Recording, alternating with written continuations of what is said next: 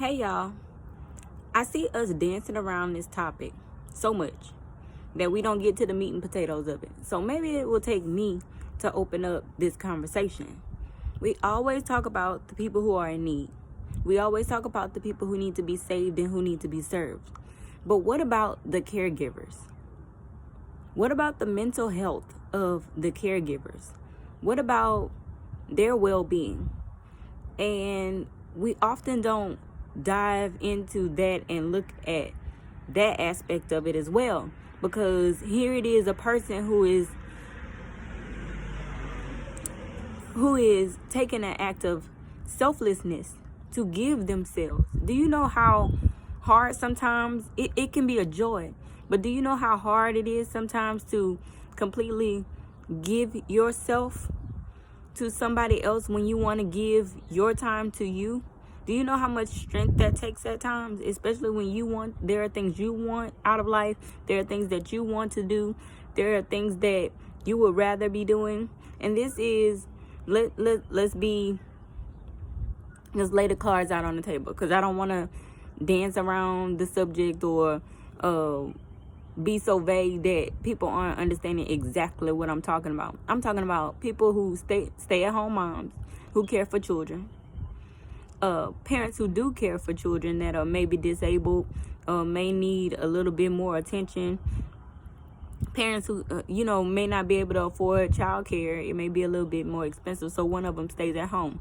I'm talking about the people who have to leave their jobs or leave their situation to take care of the elderly, or even work and still take care of the elderly who can't take care of themselves. People who give themselves. And this is not to bash those situations or anything, because I know on the internet people would misinterpret what you say, and they will pick pieces and parts that they want to understand. And I'm speaking for those who won't say this to you, who don't have the courage to say it for themselves, but they matter as well. It's a hard thing. A lot of people paint this picture of giving like it is heroic, but they paint it in this light like, like it's sunshine and roses. And sometimes it's hard. Sometimes it really takes mind over matter to give, because in one thing you want to give, but on the other side you want to give to yourself. And some of these people, without you even realizing, do not get a break.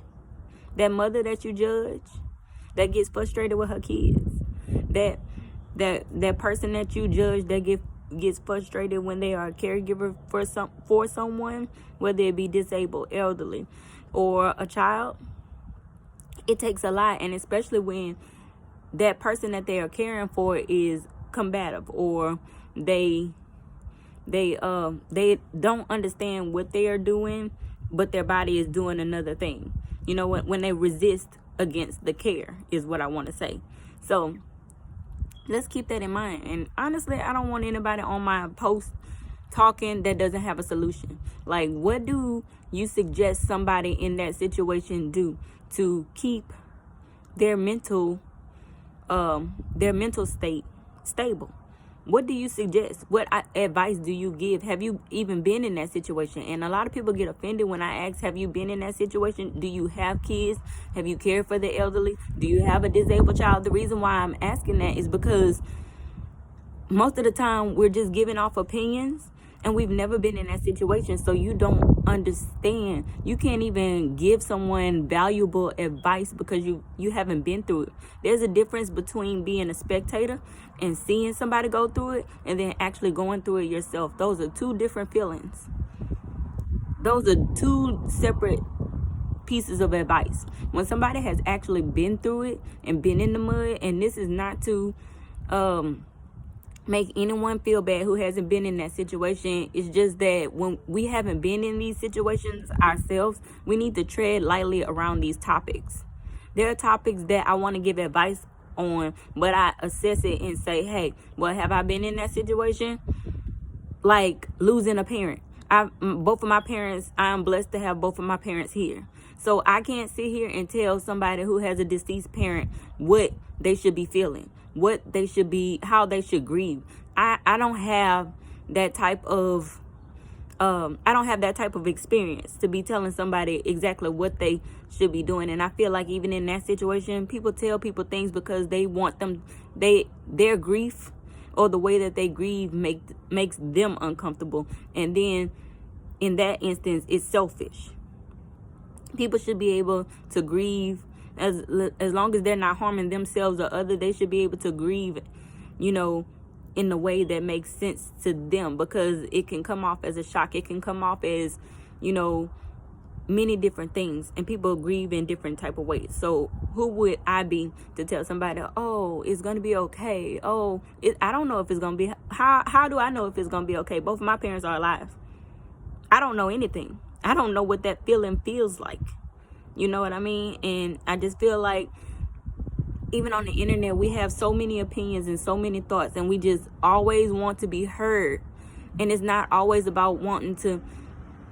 Sometimes it's best to be silent in certain situations if you can't add something valuable to the conversation, because there are people that are truly hurting on the other side of your phone that you are responding to, who you are talking to. There are people who are actually going through things, and your comment can mean life or death. There is power in your words.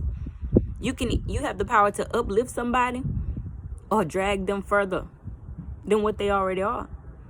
So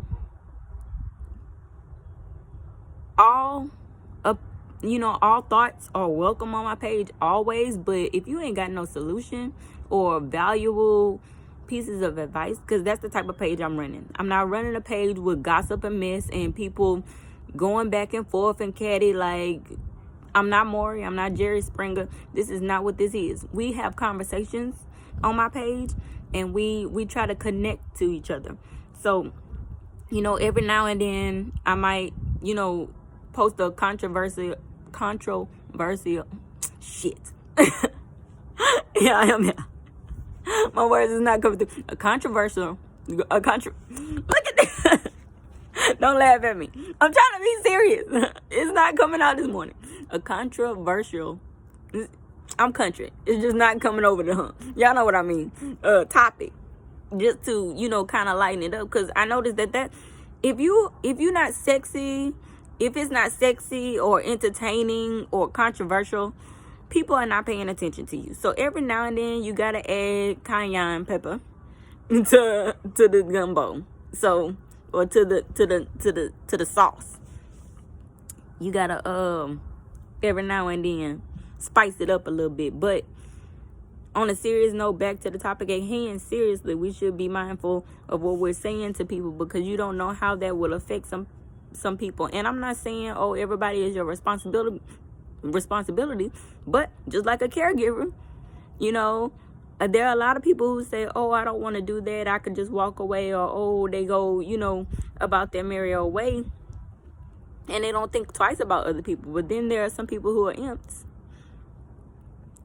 and there are some people who are sympathetic and who actually will, without people having to act, just step in and want to take care of somebody else, because they know how it feels to be not taken care of at some point. So my question is to my audience and to my people is, what advice do you have? Have you been a caregiver of any kind?